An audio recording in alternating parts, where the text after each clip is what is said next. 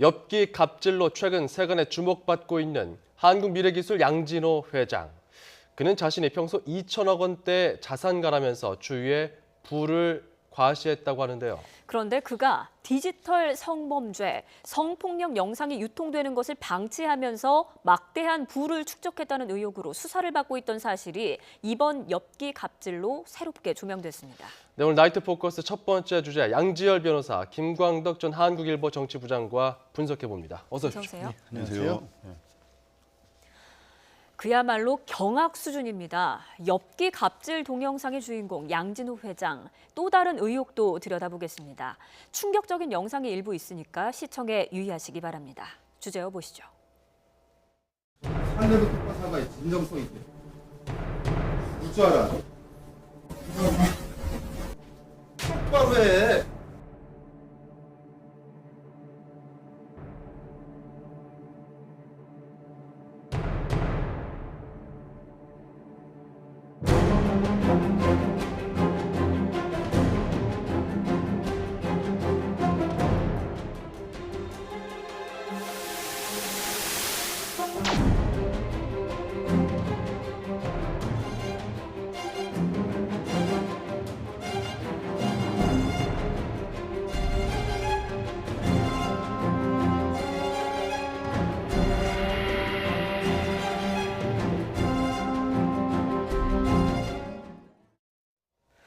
네, 기득권 측의 갑질 여러 번 전해드렸는데 이번에는 최악이다 이런 평가가 나오는 것 같습니다.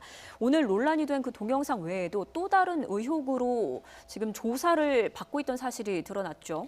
네, 그 양진호 회장이 참 진짜 엽기 리더십을 진짜 보여준 진짜 충격적인 일입니다. 근데 이제 그동안 이제 충격적인 게 뭐냐 하면 직원을 욕설과 폭행을 한 장면이 아까 나왔는데 그거에다가 그 다음에 이제 동물 학대, 이제 산 닭을 이렇게 잡도록 하는 이런 흉기로 잡도록 하는 그러한 거에다가 또다시 또 드러난 게 뭐냐 하면 음란물 유통 그 방치 혐의로 지금 경찰 조사를 받고 있는 게 드러났어요. 네. 그래서 뒤늦게 알려졌습니다만 지난 9월에 자택과 사무실 등의 압수수색을 당했고 본인이 이제 소환 조사도 받았다고 합니다. 또 하나는 좀 이따 나오겠습니다만은 또 다른 폭행 사건. 그거는 이제 아내와의 내연 관계라고 어떤 사람을 의심해가지고 폭행한 거. 이제 그것도 이제 곧 수사가 진행 중인 거로 돼 있습니다. 예. 예.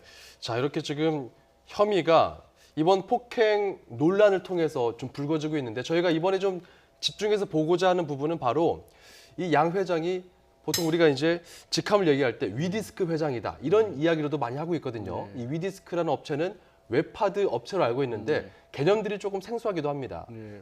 위디스크라는 업체하고 파일럿이라는 업체 두 곳을 다 사실상 소유를 하고 있는데요. 그 두 곳이 뭐 1, 2위를 다투는 업체들입니다. 사실상 동일인이 소유를 하고 있고 웹하드가 뭐 하는 곳인가요? 웹하드라고 하는 건 어떤 거냐면 일종의 장터를 인터넷 공간에 만들어 놓고 서버를 제공하는 겁니다. 그래서 개인이 내가 가지고 있는 동영상 파일이나 동영상이라든가 아니면 다른 컨텐츠도 가능하긴 합니다만 그 웹하드에 올린 다음에 다른 사람이 그걸 내려받을 수 있도록 하는 겁니다. 돈 받고 그런데 내려받습니까? 내려받는 사람은 일정 금액을 지금 뭐 파일럿이나 위디스크 같은 경우에는 1기가당 한 100원 가량 특별하게 좀 뭐 다른 어떤 컨텐츠 업체가 제어가 돼 있지 않으면 그렇게 내려받도록 하는 건데 그렇게 내려받으면 그 콘텐츠를 업로드를 했던 사람도 돈을 받지만 이 파일럿이나 위디스크 회사 같은 경우는 그냥 그 장터를 제공했다는 이유만으로도 훨씬 더 많은 금액을 받는 거예요. 그런 구조로 돼 있는데 지금 받고 있는 혐의는 뭐냐면 그렇게 장터를 제공했는데 그 안에 음란물들이 굉장히 많은 비중을 차지하고 있었다라는 거죠. 그리고 그 음란물 중에는 단순하게 그러니까 뭐 대한민국에서 유통해서 안 된다는 의미의 음란물뿐만이 아니라 우리가 이른바 심각한 어떤 불법성이 담긴 것들, 예를 들어서 최근에 이제 리벤지 포르노라는 이름으로 문제가 됐던 과거의 사적인 동영상 같은 것들이 뭐 들어가 있을 수 있다거나 아니면 그 사람이 허락을 받지 않고 찍은 몰래카메라 영상 같은 것들도 포함이 될 수 있는데 그런 것들을 정확하게 관리를 해서 최소한 그러니까 또 어떤 음란물에도 종류가 여러 가지 있다고 볼 수도 있다면 그런 것들만이라도 명확하게 차단을 했어야 되는데 그거를 지금 어찌 보면 약간 의도적으로 방치한 게 아니냐라는 혐의를 지금 경찰은 보고 그 부분에 대한 수사를 조금 전에 이제 말씀하신 것처럼 두 차례 압수수색을 통해서 했던 겁니다. 네, 근데 그뿐만이 아니라 또 웹하드에 올라온 음란물을 걸러내는 동영상 필터링 업체가 있다고 합니다.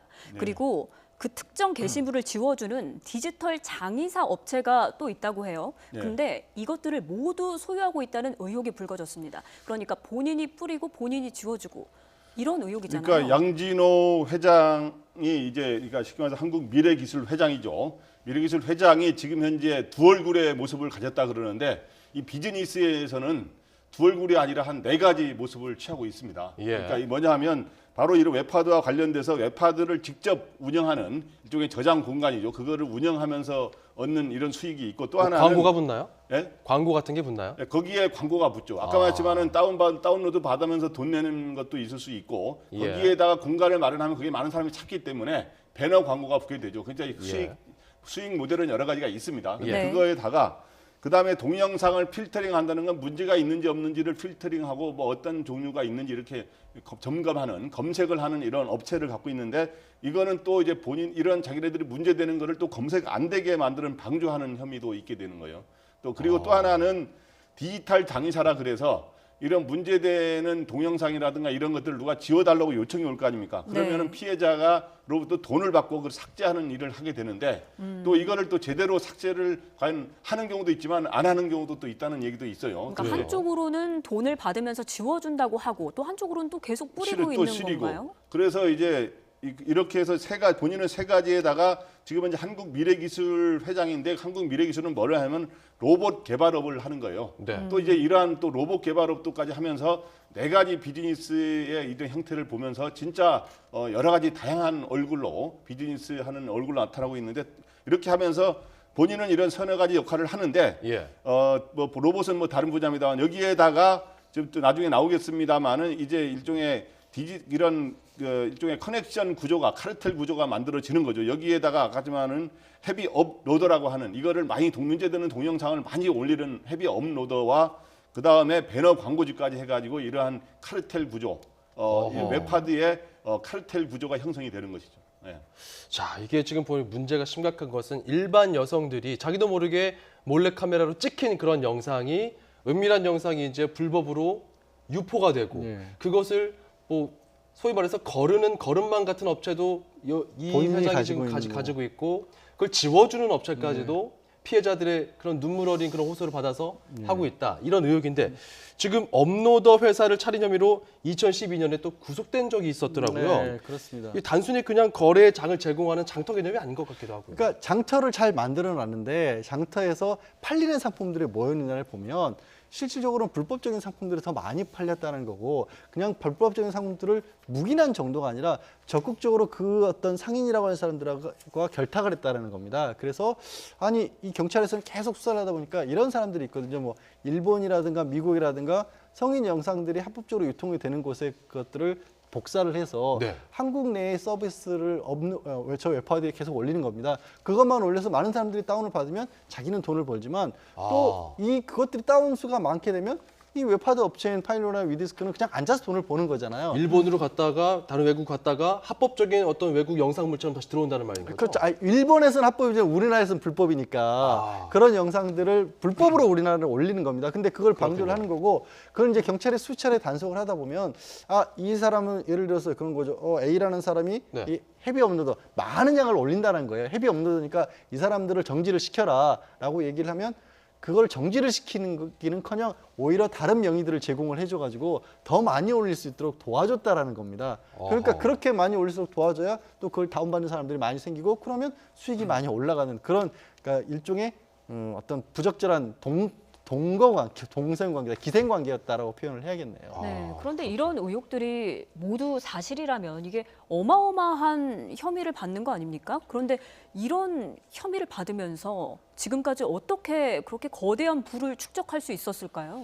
그래서 지금 현재 굉장히 심각한 문제입니다. 현재 이제 온라인 이러한 디지털 시대로 가고 있는데 여기에 이런 불법 이렇게 몰래 카메라로 찍은 거라든가 여러 가지 불법 그리고 음란물들을 이렇게 대량으로 유통하고 이런 것들을 바로 필터링과 디지털 장의사 그리고 헤비 업로더 이런 사람들끼리 그리고 다 이렇게 카르텔로 일종의 이거를 이제 악의 공생관계라 볼 수 있는데 이렇게 연결돼 있기 때문에 이 사람들끼리는 다 서로 보호를 해주는 거예요. 그런데 이거를 이제 만약에 이제 앞으로 수사를 하게 되면 이제 경찰과 검찰이 하게 되는데 경찰과 검찰이 그동안 제대로 수사를 과연 했느냐?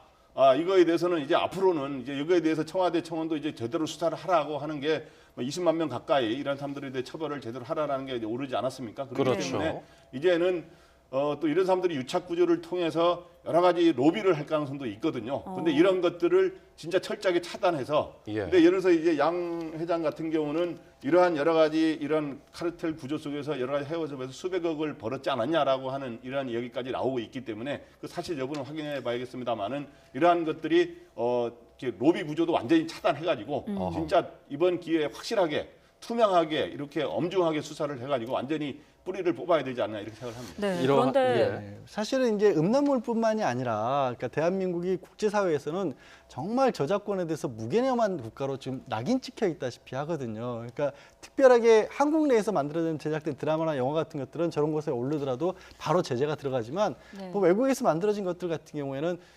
생각보다 국제적인 규모에서 봤을 때는 시장 가능성이 크지도 않고 또 그런 걸 가지고 일일이 문제 삼았을 경우 뭐 대한민국과 국가 간의 그 감정이 그 국민 감정이 상해질 수 있기 때문에 그걸 형사처벌 안 하고 있을 뿐이지 저기 자체 저작권 없이 불법으로 유통되는 것도 굉장히 많아요. 그게 유통되고 있기 때문에 대한민국이라는 나라는 정말 이상한 나라다라는 얘기를 지금 해외에서 하고 있는데 거기에 또 국제망신을 하는데 기여를 한 사람이기도 합니다. 그렇군요. 그래서 저 아마 두 업체 중에 한 군데 정도가 뭐 연 매출 1년에만 한 200억이 넘는 매출을 올리기도 했는데 1년에 네. 200억이요. 예, 근데 그 매출을 올리면서 드는 돈이 얼마나 있었겠어요. 서버 관리하는 비용 정도밖에 안 드는 거 아니겠습니까? 직원들 어느 정도 인건비하고. 그래서 정말로 부를 쉽게 축적할 수 있는 구조를 만들어 놨던 거죠. 네, 그런데 음란물을 이제 갖고 있다라고 하면 이걸 언제든지 또 퍼뜨릴 수 있는 그런 플랫폼을 갖고 있다는 거 아니겠습니까? 네. 이게 과연 누군가의 약점을 또 갖고 있는 걸 수도 있잖아요. 이것이 수사가 좀 지지부진한 이유가 될 수도 있을까요? 글쎄요, 그거까지 본다기보다는 지금 이제 워낙에 이제 우리가 음란물이라고 할 수 있는 부분들이 굉장히 많이 퍼져 있어서 저는 앞으로 이제 대한민국에서 그거를 어느 정도까지 규제를 하고 어느 정도까지 허용할 것이 이런 논의도 있어야 될 것인데 그런 사회적 논의가 있기 전에 어떻게 보면 틈새를 노렸다고 해야 될까요? 그 틈새에서 굉장히 많은 수익들을 올려낸 거죠. 그러니까 일본이나 미국 같은 데서는 이 음란물에 관한 어떤 저작권도 대한민국이 해치고 있다고 소송을 건 적도 있었어요. 다만 근데 우리나라에서는 이거를 우리가 법적으로 이 음란물의 저작권을 인정해 주면 우리나라 사용할 수 없다고 해서 검찰이나 법원에서도 그걸 손을 대지 않았거든요. 네. 그 바람에 외국에서는 돈을 받고 팔리는 어쨌든 그런 것들이 우리나라에서는 저런 웹사이트를 웹하드 업체들을 통해서 공짜로 또 풀리는 일도 벌어졌거든요. 네. 그러니까 그런 어떤 아주 여러 가지 복합적인 문제에서 그 딱 이익이 되는 부분만을 절묘하게 찾아내서 향유했던 곳이 저 업체들인 거죠. 저도 한마디만 예. 질문에 대해서 답을 하자면 네. 그러니까 아주 일각에서 그런 이야기가 있습니다. 이제 이 양 회장이 운영하는 이런 회사들이라든가 이런 웹하드 업체들이 어떤 불법 동영상을 등인데 음란물을 갖고 있는데 누구에 대한 음란물을 갖고 있으면 그 사람이 만약에 일종의 사회적 지위를 갖고 있는 사람이라면 일종의 협박 수단이 될 수 있는 거 아니냐라고 하는 우려도 있는 건 사실이에요. 근데 사실이 그런지는 현재 확인된 바는 없습니다만은 네. 그렇죠. 그러니까 앞으로 그를 과거에 보면은 일종의 많은 정보를 갖고 있는 게 이제 빅브라더 역할을 하면서 사회를 통제할 수 있다는 이런 말이 있지 않습니까? 현재는 네. 이 웹하드 업체가 뭐 거기까지는 가지는 않았다고 봅니다만은 예. 그러한 것들도 없도록 하기 위해서는 또 여기에 특히 아까 여성들이라든가 선의의 피해자가 그런 걸 떠나서 없도록 하기 위해서는 이러한 것들을 이번 기회에 진짜 확실하게 이슈가 나온 있을 때 수사를 철저하게 해야 된다 이렇게 생각이 됩니다. 여러 네. 가능성을 열어둬야 한다. 이런 이야기로 좀 정리하도록 하고요. 저희가 지금 양 회장 같은 경우는 갑질 폭행 때문에 이번에 논란이 불거졌지만 저희가 덩달아서 주목하는 부분이 바로 웹하드의 카르텔 그리고 디지털 성범죄 관련 이 문제 제기입니다. 여기에 대해서는 이미 청와대 국민청원이 이루어진 바 있고요. 민감용 경찰청장이 답변까지 했습니다. 듣고 가시죠. 네, 청원에 언급된 업체를 포함해 웹하드 업체 전반에 대해 불법 촬영물 유포 방조 등 공범 혐의가 있는지 집중 수사 중에 있습니다.